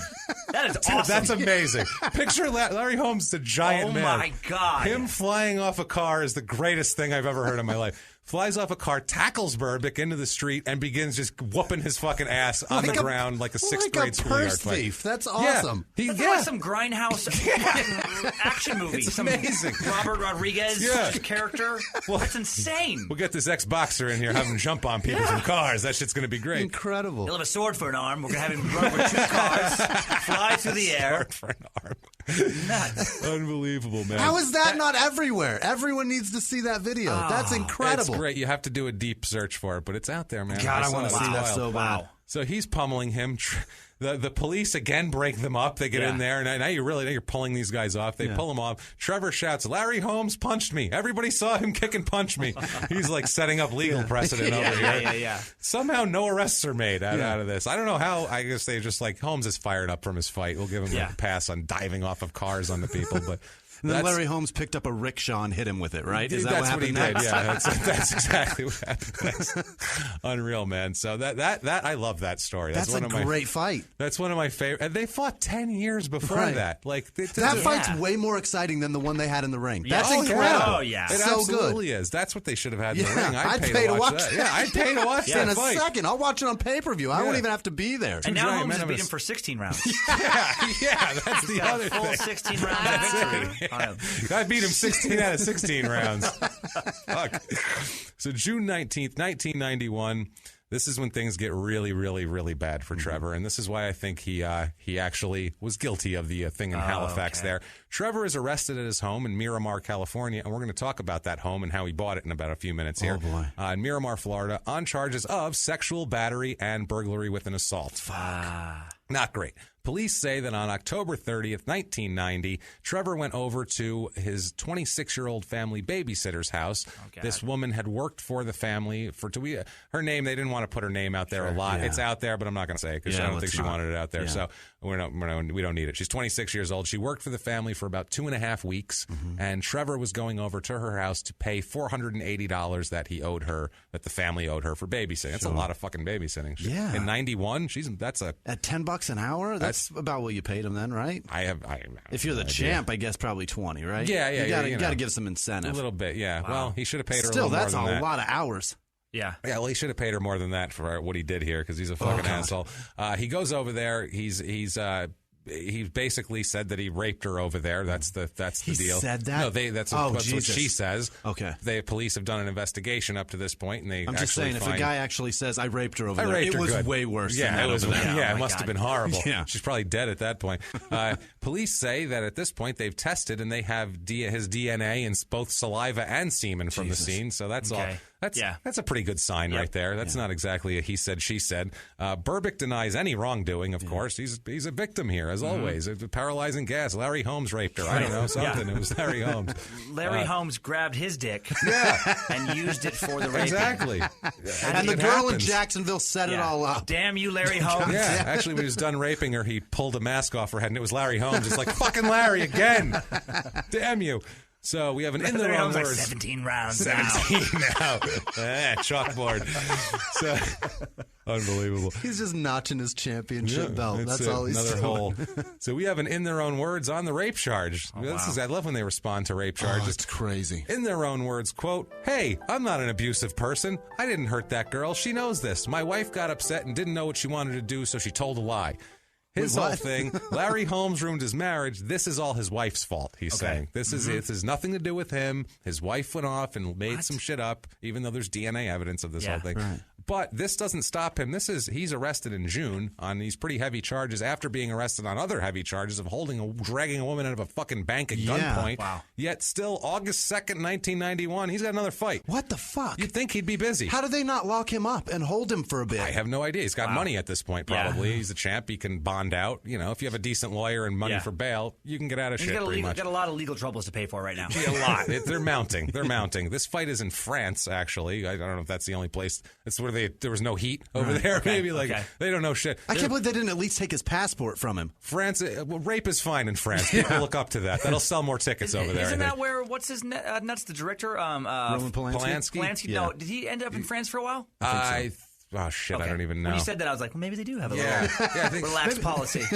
In Europe, sex with young girls is considered okay back then. I don't know about forcing yourself on a 26-year-old girl, but I think it was still frowned upon less in France, probably. So let's go over there. He fights the French. The French. He fights a guy named Garing Lane. He wins it. It's an 8-round fight, so it's not even like a major fight here. He wins a decision. He can't knock out Garing Lane here. He wins a decision, unanimous decision anyway. So 38-7-1. This is going to be his last fight for a while. Okay. For a little while, because we have before the trial, though, we have another thing here. In 1991, at the end, after this fight, he's arrested for assault again after he attacks his business manager, a woman named Novelette Hance, and holds a gun to her head in her office. Holds a gun to her head, demanding that she return $40,000 that she stole from him allegedly. Wow. That never came out that she actually stole anything, just that he's a crazy motherfucker. Well, Larry Holmes put her up to that. Yeah, I'm sure. Clearly. Yeah, Larry. She's working for Holmes. Yeah. Well. Larry Holmes, in his mind, it could be Larry Holmes, actually, in some of his things here now. Because December 29th, 1991, Trevor is convicted of misdemeanor assault for the attack on the wife's friend that he dragged out of a bank. Misdemeanor assault? What the fuck is a felony at this point? Seriously. And this isn't a plea. This is a fucking jury. By gun from a weapon. Bank. Yeah. A jury acquitted him on charges of armed kidnapping and aggravated assault and only convicted him on misdemeanor assault. He has a gun and he dragged her from a place she wanted to be into a place she didn't want to be. That's armed kidnapping. Did they not have security cameras at that bank? Is that the only bank that didn't have a camera? 10 people saw it. Everyone saw it. She saw it. He said he did it. It's on film. And they were like, you know what? Let's give him a break. Right. What the fuck? Oh, by the way, he's got rape charges pending. That's okay, though. Let's give him a fucking break. Wow. So he's sentenced to 6 months probation for this. This is what he gets for dragging a woman from a bank. I dare you to do gun that, against James. her head. I dare you to do that. And you see think if I'll you get 6 months probation? Or do you think you two will be doing an episode about me? I got a feeling this show is done if you do that shit. That's crazy. Unreal. So, Jesus Christ, you think it's over for him in 91? No. 91's a long year, guys. It's a long year. That's just the start. Because on the same day that he's convicted of this, and this all happens December 29th, 91, he's apparently at court, so we might as well arrest him again while he's here, while we got him around. Trevor's arrested for, remember that house in Miramar that he was arrested at for raping the girl? Yeah. That house, apparently, he forged his ex-wife's signature. Oh, boy. To get $95,000 in mortgage loans for this home. Not only did he forge her signature, it's not like he got some papers at home and just scratched a thing out and sent it back. He brought a woman to the bank saying it was his ex-wife who was not his ex-wife and had her fucking sign papers. That's not very smart. That's what he did, yeah. Again, in a bank with cameras. With cameras to identify that as absolutely not me. That's not Nadine. So, yeah, this is fucking unreal. He's convicted of second-degree grand theft for this eventually later on. Second-degree grand theft of $90,000? $95,000. No, he's got a good lawyer. It wasn't for That's a great fucking lawyer. He didn't lawyer. steal the money. It's for forging the documents. Okay. That's what it is. To put the house in his name. To get a mortgage to be able to buy the house. Right. I don't know if he had bad credit or I don't know what it is. Yeah. The Holmes incident. It's essentially identity theft, what it boils down to, Pretty right? much. Yeah. It was like forging mortgage documents, and then I guess that was the second-degree grand larceny. That was probably a plea or something of that nature. Now, February 22nd, 1992, this is just a couple months later. I mean, this is an eventful year for him. He's off the rails now. He's way off the reservation at this point. His trial for rape finally ends. The victim in this case gave 90 minutes of testimony, which is not going to be good for anybody on trial for rape. Can you imagine hearing 90 minutes of description of how a man raped a woman? It's Jesus, not God. great. She described how Trevor ripped off her clothing. Oh, Jesus, you're going to tell us. Boy. Do you want to know what No, he I did? do. We got to hear it. We got to know how much of a piece of shit. Talk shit about him. You guys will know it's warranted. You know what I mean? Ripped off her clothing. He hit her repeatedly, held her down, and forced her to have sex with him. Okay. She had worked for the family, like I said, for 2.5 months. Just wanted her $480. Berbick claims the whole time that it's a conspiracy from his ex-wife. Yeah. So now it's not Larry Holmes anymore. Now it's his ex-wife. She's they're involved. working together. They're working. Oh man, the connection, The collusion. Larry Holmes and Nadine are working together. God damn it! He says out loud in testimony in court that he testifies that the victim was, quote, on the payroll, whatever the fuck that means, and kept putting out this ridiculous conspiracy with his wife bullshit. And also, too, he testifies that she willingly had sex with him. Now, a Miami detective named Sean Mahon testified that Trevor gave 3 different accounts in three successive interviews. Yeah. He said first, saying he never had sex with the girl. Then he said he did have sex with her, but it was at his house. And then finally said he had sex with her, and it was at her house, but she wanted it. It was consensual. So you pick a story and fucking stick to it. And then a fourth interview that was sealed, he said it was the Lizard Illuminati. Yes. He said Larry Holmes raped her. There's a Time Suck episode about that. Yes. If you'd like to check that out. You should probably it's very informative. This guy, is he schizophrenic or something? Or There's He's something. got This is definite brain damage. He's because got brain damage. You don't... his amazing lawyer right now is frustrated beyond belief. He's like, yeah. motherfucker, pick a story. Yeah. Well, if you're going to hire me to lie for you, at least fucking... tell me the lie you're going to tell. Those billable hours. Those billable hours are stacking. They are getting so big. Wow. He's like, here, Trevor, you got your gun with you? Make sure you take it. You want to be safe. You are way past your what's the fee that they charge? Retainer fee. Yeah, you're way outside of that. So Trevor is convicted of sexual assault in this case, obviously. It seems pretty clear. DNA, her testimony, his ridiculous stories. But they don't buy the conspiracy thing. Shocker. So wait a minute. So his wife doesn't get charged? No, amazing, right? You would think she should be charged way worse for setting this whole thing up. What a monster she is. For orchestrating this entire... Fucking monster. For spraying his seed all over that room and all over that girl. She should be in jail for that. Let's get Jenny from Jacksonville in jail, too, because I'm a little still pissed off at her. So he's convicted. They're going to do sentencing, but they have to delay sentencing twice over the next couple months because the judge, Circuit Judge Thomas Wilson, thinks Berbick is fucking insane and has him repeatedly mentally evaluated because every time he's in court, he shouts out crazy shit and acts like a lunatic and can't control himself. That judge is a half-assed judge because Dan Cummins hit that 10 minutes ago. Yeah, exactly. Exactly. So finally, he's deemed sane enough by the judge here to be sentenced on May 16th, 1992, and he's sentenced to 4 years in a Miami prison for rape, and also, too, they rolled in some of those earlier charges of pending assaults and all that. They said, let's just wipe this all out in one clean slate. That's an awfully sweet That's deal. not a bad That's deal. not bad. 4 years for all that shit? 4 years. It's pretty good. Yeah. So now he was in the Pan American Games. He's in the Olympics. Yeah. Loses, whatever. But he beats fucking Muhammad Ali. Gets knocked out by Tyson. He's dragging women. Vegas fights. Yeah, he's been robbed by Don King. He's dragged women out of banks at gunpoint. He's held knives to people's throats. He's got 7 kids. He's Poor raped children. He's 7 kids that he He doesn't even know where they live, so he doesn't see them. He has raped one and probably two, a teenage girl in Halifax. At least, I feel bad for her. went to court. I feel bad for all these people. Yeah. I do. I feel bad for all these people. My favorite. But not nearly as bad as I feel for Trevor Berbick. Son of a bitch. And it's a goofy white kid in A computer programmer at Adverse Solutions in London, United Kingdom. He's like, I'm white for Pete's sake. I didn't do this. Poor white computer nerd in England. That's funny. It's like, fuck, stop Googling me. Don't Google me, ever. I have no problem. Don't. No problem at all with No. Holmes. I love him. He's a great boxer. I will give you the exact address to my Facebook page and my accounts. Don't Google me. Whatever you do, I swear I don't rape people. Unreal. So that poor bastard I feel bad for. Now, August of 1993, Trevor's freed on parole after only 15 months. Wow. 15 months. You know what? You'd think if Rejoin when society. when you walk into that cell and you see that you've got 4 years ahead of you, and then after that, you can get your life back together. All this shit goes away. You can get your life back together. You can get on a path and be okay.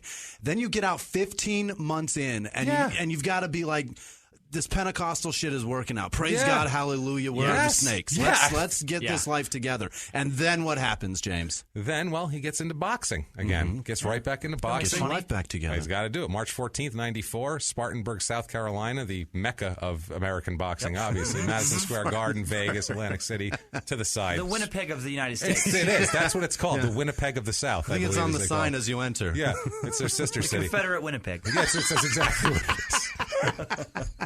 Confederate Winnipeg. He wins on points after 8 rounds, which is fine because he's been in prison, so he's a little rusty. That's fine. 94, he fights 3 more times. He's just trying to get money, I think this is. All wins, 2 knockouts and a split decision versus Melvin Foster, who's the first linked fighter he's fought in goddamn half a decade. 42-7-1 is his record, which 42 wins sounds pretty goddamn good. Impressive. March 15th, 95 at the Mystic Lake Casino Hotel in Prior Lake, Minnesota. Oh my God, I've been there. You have? Yeah. You played there? I did, yeah. I Oh, did. Jesus Christ, that's scary. All just trees and a lake? Is that Just about way in it? the middle of nowhere, if I remember right. Yeah. Sounds like. Go see Dan at the Mystic Lake Casino Hotel in Prior Lake, Minnesota.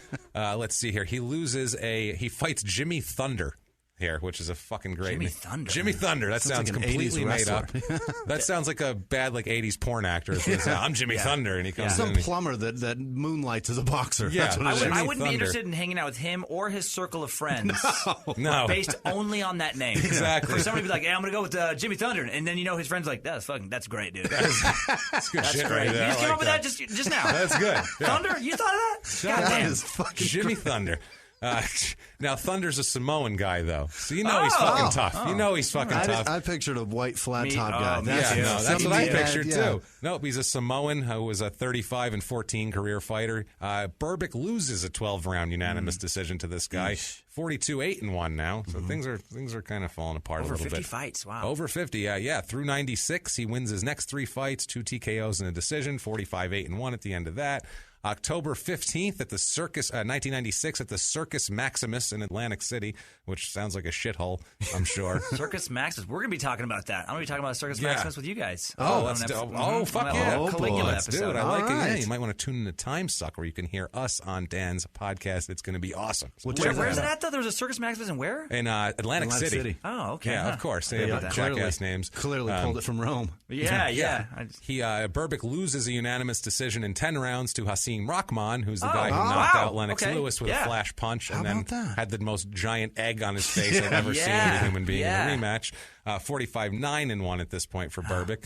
97, Berbick violates his parole in some way. I cannot, for the life of me, find out what he did, but it was minor things. It wasn't anything huge. It was he might have been that Snickers bar you were talking about. He did that, so Trevor is now deported from the United States. Canada or Jamaica? He's not a fucking citizen. He's not even a citizen. No, get the fuck out. Quit raping people, asshole. Holy shit. They kick him out. They finally get around to noticing he has a rape charge, apparently. That'll smart right there. That's smarts, boy, when immigration finds out about your rape charge. I hate that. Trevor moves back to Canada now. And Canada is not aware of his shit over here either. So now he's going to have issues there, too. He fights on September 15th, 97 at the Shaw Conference Center in Edmonton, which is, it's like, it's Mall of America, Edmonton. Edmonton would be the Chicago to Winnipeg's New York, I feel. Yeah. It's second city. Edmonton has the biggest mall in North America. That's what it is. Really? Okay. Edmonton has the biggest mall. There's a comedy club in there. Yeah, that's the biggest mall in North America.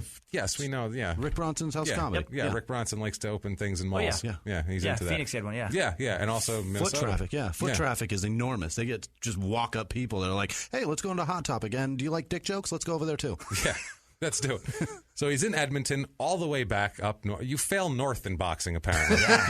You fail northwards.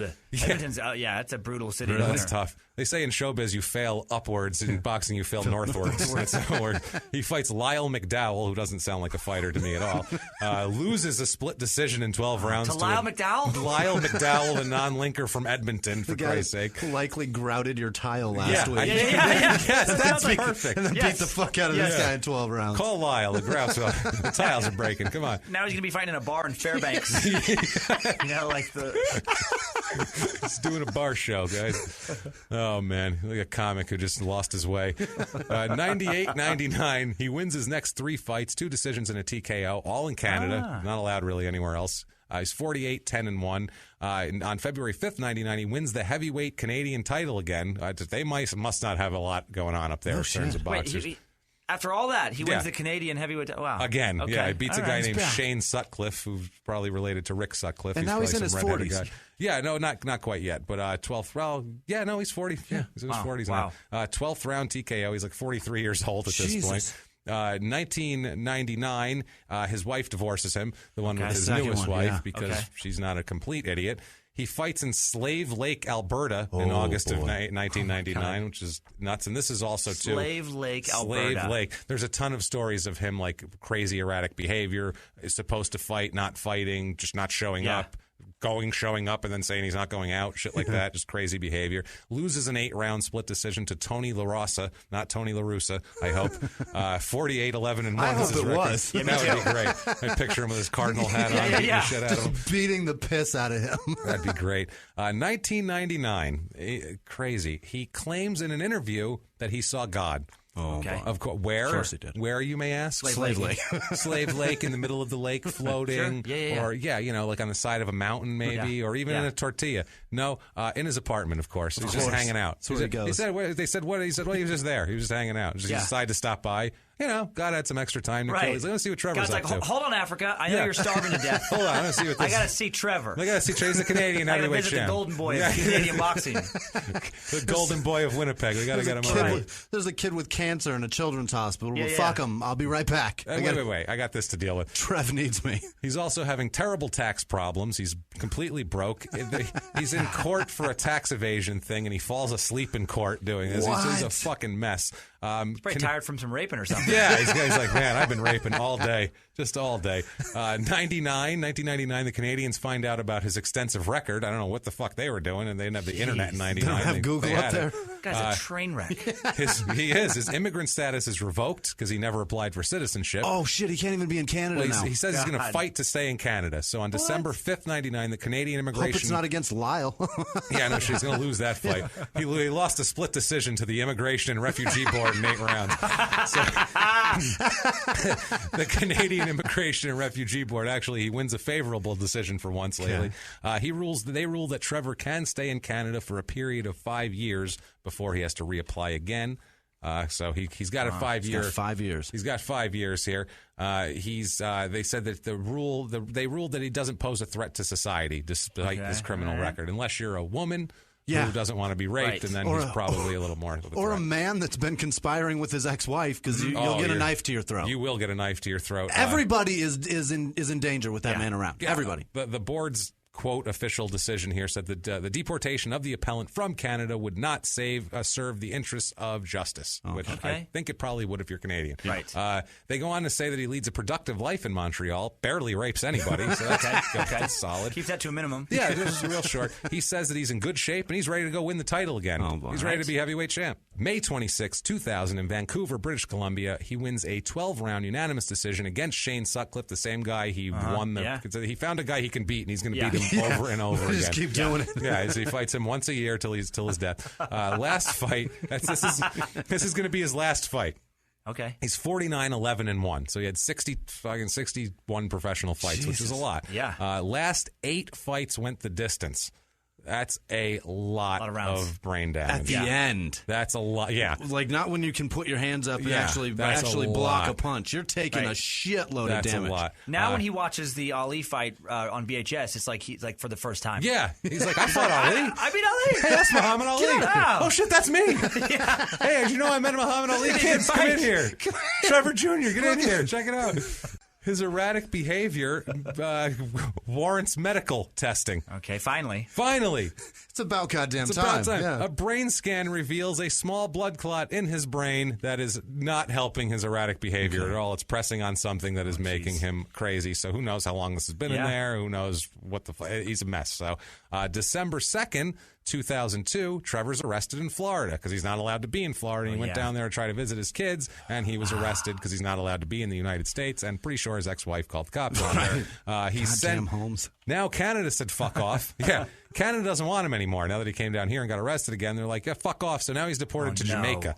He's got back to Jamaica now. He's stuck over there. Fucking raising chickens. He's sawing off that shopping cart again. He's like, fuck, get the propane out. We got to do a couple chords so he can play some Ziggy Marley. He's got to. That's how you make a buck down there to the tourists. So that was December 2002. He's deported to Jamaica. January 15th, 2003, it's a big deal that there was an arrest warrant issued for him in Port Antonio, Jamaica. He's barely in the country. And he's got a warrant out already? Yep. Incident happened on January 12th. A neighbor called police to report Berbick had burglarized their home. He apparently broke into their home, stole a TV, clothes, an electric drill, and other tools. Holy shit. Police showed up. They asked to search Trevor's home, but he wouldn't let them. He said, where's your fucking warrant? And so they couldn't do anything, so they left to go get a warrant. And anyway, that's. I mean, I get going through your constitutional rights and saying no. I refuse until you have a warrant. But I've never heard of somebody that doesn't have some shit going on saying no, absolutely not. Everybody I know that's on the up and up would be like, fucking take a glance, take a peek. Also, too, what would you do at this point if you did have this shit in your house? The cops came, they left. You go get rid of that shit. Fuck yes, I'd bury it. 2 days later, they come back with a warrant, search his house, found every missing item the guy described. Just kept it in his house. He's like, well, that got rid of that. Like, shoot them off. Fix that problem. Moving on. So Berbick, Jesus Christ, Berbick, once the warrant's out, he phones the police department to ask if there's a warrant for his arrest, and they say yes, and he just doesn't, he won't tell them his location, won't say if he's going to turn himself in. He's just on the fucking lam at this point out there. It's like a big thing. He's like a fugitive in Jamaica for a burglary charge. They make a big deal out of it because he's the most famous guy on the island at this point. January 18th, 2003, he turns himself into police and is charged with breaking and entering and theft, which is a good way. You want to make a splash when you go home. Everybody wants to go back to their hometown and feel good about themselves, and this is the way you do it. With the charges of a meth addict. Like, those are the worst charges to get. Like, from heavyweight champion to fucking petty theft and breaking and entering. That's so sad. It's fucking ridiculous, the whole thing. So now he's sitting in a Jamaican jail. He's in and out of Jamaican jail. He's at all this. He can't even find a country that won't kick him out of the fucking thing. It's ridiculous. He's sitting in jail. He's like, no, his wife's not down there. His kids aren't down there. He has no family. There's nobody to come see him. And then he gets a visitor. And he comes into his cell and he walks in and it's Bobby Colorado, animal trainer from Fredericksburg, Texas. And he says,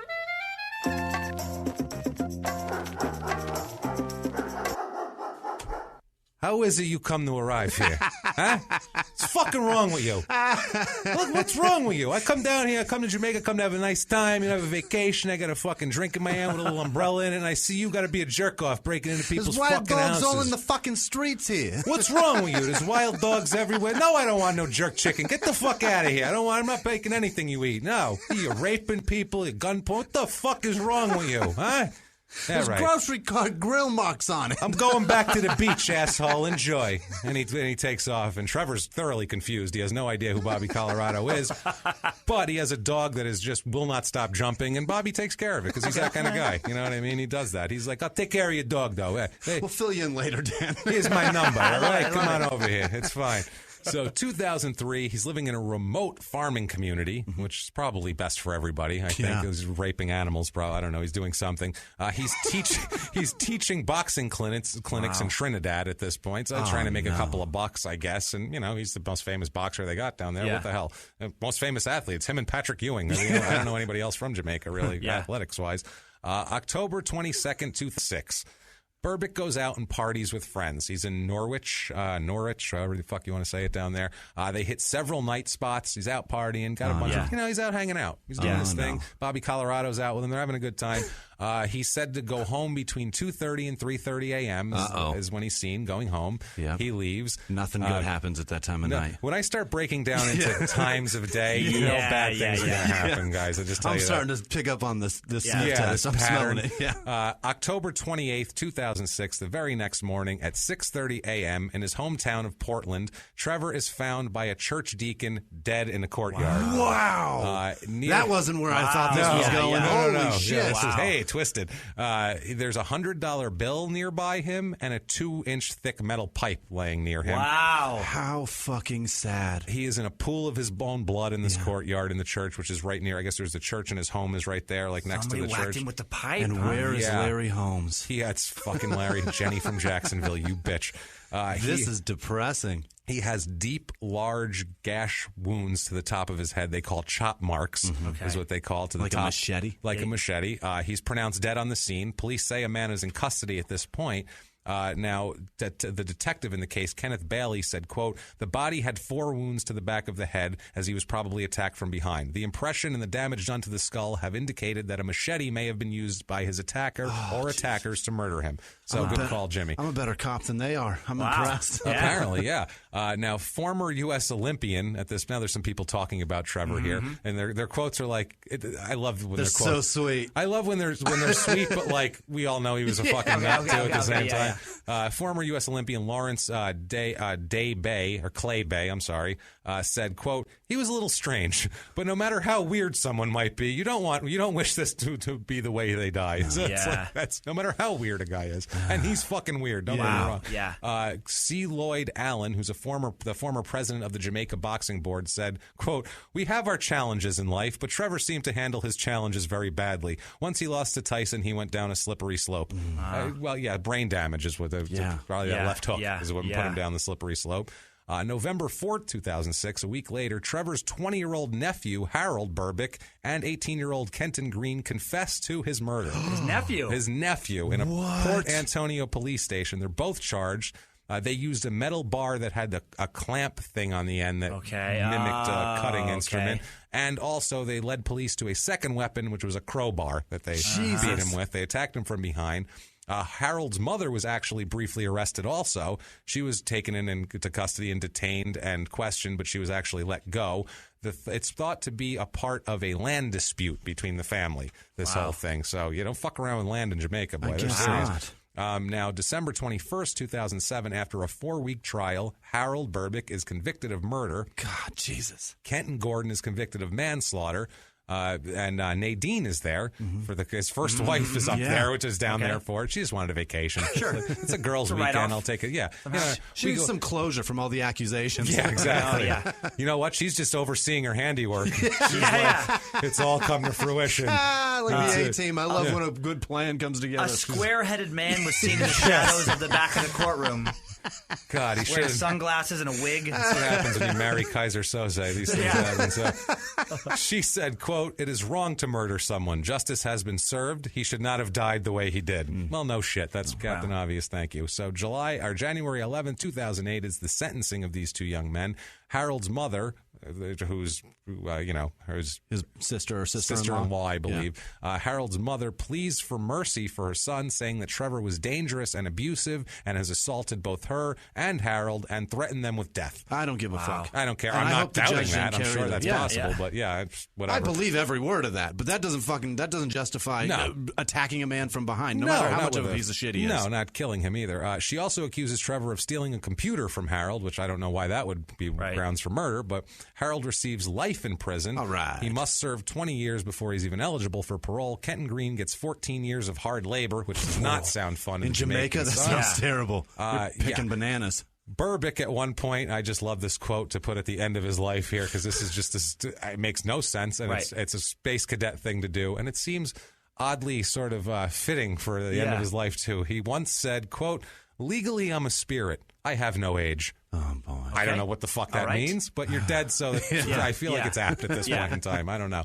Now, if you love Trevor Berbick and you're obsessed with Trevor Berbick and you can't get enough Trevor fucking Berbick, you can get on eBay and you can buy a Trevor Berbick Mike Tyson Fight Night program. Wow. Really? Program signed by both fighters. What? It's funny too because when it sold at the event, it was only a $5 thing. You can see on the cover, $599.99. That seems like a decent price to me. Yeah, that sounds good. It's pretty cool. For a collector, yeah. There can't be many of those. No, there can't be. Exactly. Signed by both guys. $10 shipping. Really? You charge $600? You can't ship it to me? It's a fucking magazine. It's not like it's a fucking piano. Right. You didn't make it, for Christ's sake. Yeah, Jesus Christ. Also, too, if you just need to see it out there, you can get on Amazon.com and you can buy the DVD of Drama in Bahama. Wow. They have that. You can watch. Is that autographed by both fighters? That is not autographed by shit, but you can watch Muhammad Ali get more and more and more brain damage. You can watch him going from a man who knew where he was to a vegetable, basically, over the course of 15 rounds. So enjoy that. That's only you can get them from $299. Wow. That's a deal. That's a great deal. So, guys,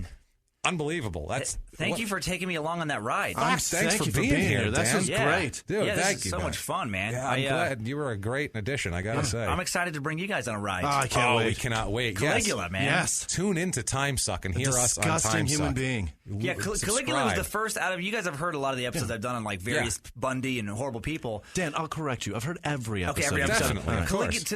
This is the one that you guys are going to do. I wanted to do something that was extra kind of crazy. Yeah. But even in my hotel room late at night, I was like, Jesus Christ. It's unfucking believable what he did. Yeah. No, he's awesome. I can't wait. He's like the Randall Woodfield of your podcast, basically. Dan basically started a podcast because he gets involved in these things, these topics that suck him in on the internet, and he can't get rid of it until he knows everything. So then he goes and records it all to purge his fucking brain of this, and you are the recipient of this amazing knowledge. And it's incredibly entertaining. And it's all listener suggested now, which I love. That's awesome. Because I'm amazed how many things I'm like, I wanted to talk about that. That's great that they sent it in. But also, I'll get stuff that I would have never looked in. Like the last episode, I missed the boat on the mysterious death of Elisa Lam. Yeah. I was the one person who never heard about that. Yeah. Never heard about it. I'd seen the video. I never saw the viral video, Nothing. but I didn't know that it was still. I mean, they have closure for they have a determined cause of death. Yeah. But I don't believe that fucking cause of death. But it leads you into other stuff where it's like, researching that. That's what I love about, and I'm sure same for you. Yeah. Other criminals. Yeah, exactly. It's like that one led me to the Hotel Cecil. Right. Which was a place that. Fascinating. And then I was having breakfast with Chad Daniels this morning. His girlfriend stayed at the Hotel Cecil. Get out of here. She didn't realize the history of it. And then she did. She said she was terrified. Jesus Christ. And that led me to Richard Ramirez, the Night Stalker. Yeah. That guy was a demon. He's a whole demon. Yeah, Jesus Christ. And he was caught in Arizona, wasn't he? No, he was caught in Southern California, California. coming back from Arizona because he came to visit Tucson. He's a terrible man. He liked Tucson. Yeah, he had family there. Listen to Time Suck. I would, if I had to give it like a pitch, I would say it is Dan Carlin's Hardcore History, and last podcast on the left had a crazy baby. Incredibly funny, crazy baby. Hilarious and really so funny. Good. It's really fantastic. Listening to Dan creep himself out is my favorite part when he goes, Jesus, or fuck. And then he laughs about how dark it is. It's fun. So I love it. Please get on that. Listen to that. Subscribe. Thank you guys again for having me. Oh, forget it. Dan, we love to have you guys. And please, we urge you to get on iTunes, give us 5 stars on there. Also, get on Time Suck and give him 5 stars as well. 5 stars for everybody. 5 stars all around. If Larry Holmes has a podcast, give him 5 stars. Give him 5 stars. Give Jenny from Jacksonville 5 stars. Anyone from Winnipeg, because they have it hard enough. It's fine. Just 5 stars. Manitoba. That 15-year-old girl from Halifax, if she has a podcast, give her more than 5 stars. Give her 5 stars twice if you can. Log in as many all week long and give her stars. Also, too, if you love us even more than that, and iTunes isn't enough, please get on patreon.com/crimeinsports where you can donate to the show. That helps us out so much, and we can't tell you how much we appreciate it. If you'd like to make a one-time donation, you can go on PayPal. Our PayPal deal there is crimeinsports@gmail.com. Also, too, you can get a hold of us on social media, on Twitter and Instagram at Crime and Sports, Facebook.com/crimeinsports, crimeinsports@gmail.com. all over the place. Jimmy, you want to hit him with your social media? At Whisman Sucks, WHISMAN Sucks on Twitter, Instagram, and Snapchat. You guys were amazing this week. The interaction and the involvement with the show. I've got a laundry list of shout-outs to talk about next week, but we went so long, and we've got limited time today. So limited next studio week, time. tune in. There will be. It's probably just going to be a show. Shout-out time. James is going to go, welcome to Crime and Sports, and I'm just going to read a fucking bunch. We'll do that. It's going to be 2 hours of names. Definitely. Dan, you guys were amazing. Thank you. Want to hit him up, buddy? Just timesuckpodcast.com links to everything else I have. Perfect. Timesuckpodcast.com, guys. Get on that shit. And I am at Jimmy P is funny. If you want to follow me or get real adventurous, you can try to spell my last name or just look in the show description, and you can do it that way. But, guys, thank you so much for joining us. It's been wild. We will be back with more epic scum next week. We cannot wait. Live from the Crime and Sports Studios. We will see you next week. Bye.